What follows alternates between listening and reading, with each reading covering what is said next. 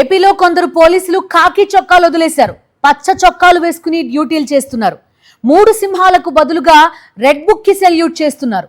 పచ్చ నేతల చేతిలో కీలు బొమ్మలుగా మారి వారు ఉసిగొల్పగానే ప్రత్యర్థులపై దూకుతున్నారు. పోలీస్ వ్యవస్థ ఏపీలో ఎందుకలా దిగజారిపోయింది? Let's watch. ఆంధ్రప్రదేశ్ పోలీసులకు ఒకప్పుడు దేశవ్యాప్తంగా మంచి పేరుంది. పెద్ద పెద్ద కేసులు కూడా డీల్ చేసి రాష్ట్రపతి చేతుల మీదుగా అవార్డులు అందుకున్న ఘన చరిత్ర ఉంది. కానీ ఇప్పుడు పరిస్థితి అంతా తలకిందులైంది. ఏపీ పోలీసు వ్యవస్థ దేశంలోనే అట్టడుగు స్థాయికి పడిపోయింది. సాక్షాత్తు కేంద్ర ప్రభుత్వమే అధికారికంగా దీన్ని ప్రకటించింది. ఇప్పటికీ అధికార పార్టీ నేతల చేతిలో కీలుబొమ్మగానే ఉంది. ముఖ్యంగా వైఎస్ఆర్ కాంగ్రెస్ పార్టీకి చెందిన నేతలపై యూనిఫామ్లో ఉన్న పోలీసులు తెలుగుదేశం పార్టీ కార్యకర్తల కంటే దారుణంగా వ్యవహరిస్తూ అత్యంత వివాదాస్పదులుగా మారుతున్నారు. గుంటూరు జిల్లా మామిళ్లపల్లిలో రైతులను పరామర్శించడానికి వెళ్లిన రేపల్లె వైఎస్ఆర్సీపీ ఇన్ఛార్జ్ పీఠా నాగమోహన కృష్ణతో రూరల్ సీఐ కృష్ణయ్య నోటికొచ్చినట్టు మాట్లాడారు. ఏందిబి అంటూ మాట్లాడటమే కాదు, ఏకంగా మోహన కృష్ణ మీద దాడి చేసి కారులోకి నెట్టారు. అంతకుముందు మాజీ మంత్రి జోగి రమేష్ మామిళ్లపల్లి వెళ్లినప్పుడు కూడా అదే విధంగా వ్యవహరించారు. ఆయన్ను బలవంతంగా పోలీసు జీపు ఎక్కించడంతో పాటు మ్యాన్ హ్యాండ్లింగ్ చేశారు. మరో మాజీ మంత్రి అంబటి రాంబాబు విషయంలోనూ పట్టాభిపురం సీఐ గంగా వెంకటేశ్వర్లు తీవ్రస్థాయిలో విరుచుకుపడ్డారు. నువ్వెంత, నీ స్థాయి ఏంటి అంటూ వేలు చూపిస్తూ మాట్లాడారు. మరొక మాజీ మంత్రి విడుదల రజనీ విషయంలోనూ చిలకలూరిపేట సీఐ సుబ్బారాయుడు ఇలాగే వ్యవహరించారు. ఒక కేసులో శ్రీకాంత్ అనే వ్యక్తిని అరెస్టు చేస్తానంటూ వచ్చి ఆ మాజీ మంత్రి కారును బలవంతంగా ఓపెన్ చేశారు.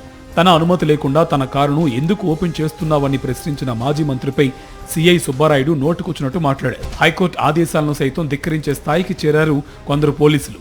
దీంతో హైకోర్టు చాలాసార్లు ఆగ్రహం వ్యక్తం చేసింది.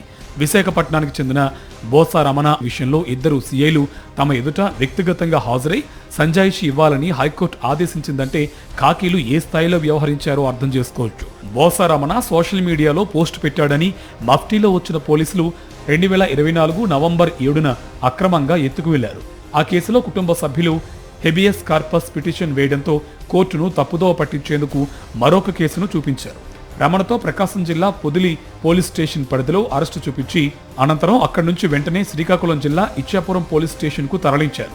దీంతో హైకోర్టు చాలా సీరియస్ అయింది. తమ ఆదేశాలను బేఖాతరు చేయడంపై సంబంధిత సీఐలు వెంకటేశ్వర్లు, చెన్నంనాయుడులపై ఆగ్రహం వ్యక్తం చేసింది. ఇద్దరికీ నోటీసులు జారీ చేయాలని ప్రకాశం, శ్రీకాకుళం జిల్లాల జడ్జిలకు ఆదేశాలు జారీ చేసింది. ఇటీవల మంగళగిరి పోలీసులు హైకోర్టుకు వెళ్లే వాహనాన్ని అడ్డుకుని పోలీస్ స్టేషన్లో పెట్టడంతో ఉన్నత న్యాయస్థానం సీరియస్ అయింది. హైకోర్టు వాహనాన్ని అడ్డుకోవడం, అందులో ఇంపార్టెంట్ ఫైళ్లు ఉన్నాయని చెప్పినా వినని పోలీసులకు హైకోర్టు చుక్కలు చూపించింది. ఇలాంటి ఘటనలు అనేకం చోటు చేసుకుంటున్నా కొందరు పోలీసులలో మార్పు రావటం లేదు. దీనిపై ఇటీవల వైఎస్ జగన్ కూడా సీరియస్ అయ్యారు. పోలీసులు పద్ధతులు మార్చుకోవాలని హితవు పలికారు. అధికార పార్టీ నేతలు చెప్పారని ఇష్టానుసారం తప్పుడు పనులు చేస్తే తరువాత చట్టపరంగా చర్యలు ఎదుర్కోవాల్సి వస్తుందని హెచ్చరించారు. రాష్ట్రంలో ఎక్కడ చూసినా కూడా పోలీస్ డ్యూటీ కనిపించదు. రాష్ట్రంలో ఏ కాలేజీ చూసినా ఈరోజు గంజాయి కనిపిస్తుంది. విచ్చలవిడిగా కాలేజీల్లో గంజాయి అమ్ముతా ఉన్నారు, డ్రగ్స్ అమ్ముతా ఉన్నారు ఎక్కడ చూసినా కూడా. కానీ పోలీసులు కనపడరు దాన్ని కట్టడి చేస్తూ. ప్రతి 5 లిక్కర్ బాటిళ్లలో ఒకటి నకిలీ కల్తీ బాటిల్. అయినా ఏ పోలీసు బెల్ట్ షాప్ దగ్గరికి పోడు. పోలీసులు చేసేది ఏమిటి అంటే తప్పుడు కేసులు పెట్టడం, చంద్రబాబు నాయుడు గారికి వ్యతిరేకంగా ఎవరు మాట్లాడినా కూడా తప్పుడు కేసులు, ఆ కేసు చుట్టూ తప్పుడు సాక్ష్యాలు క్రియేట్ చేయడం, వీళ్ళని జైలుకు పంపించాలని తాపత్రయపడడం. నిజంగా గవర్నెన్స్ అనేది పూర్తిగా పోయింది. ఈరోజు ఆడవాళ్ళకు రాష్ట్రంలో భద్రత లేదు. పోలీస్ బేసిక్ రెస్పాన్సిబిలిటీస్ అన్ని కూడా ఎప్పుడో మర్చిపోయిన పరిస్థితులు. పిచ్చోడు చేతిలో రాయిలా పచ్చపార్టీ నేతల చేతుల్లో ఏపీ పోలీసులు మారారు. అధికారం చేతిలో ఉందని వారు చేసే అరాచకాలకు పోలీసులను పావులుగా వాడుకుంటున్నారు. దీనికి తోడు కొందరు పోలీసులు అత్యుత్సాహానికి పోయి ఇష్టానుసారం వ్యవహరిస్తున్నారు. ఇలాంటి వారందరినీ ఇప్పటికే గుర్తించిన వైఎస్ఆర్ కాంగ్రెస్ పార్టీ వారిపై ప్రైవేట్ కేసులు వేస్తోంది. ఒకవైపు న్యాయ పోరాటం చేస్తూనే మరోవైపు రేపు అధికారం మారితే వారి పరిస్థితి ఏంటో కూడా ఆలోచించుకోవాలని హితవు పలుకుతుంది.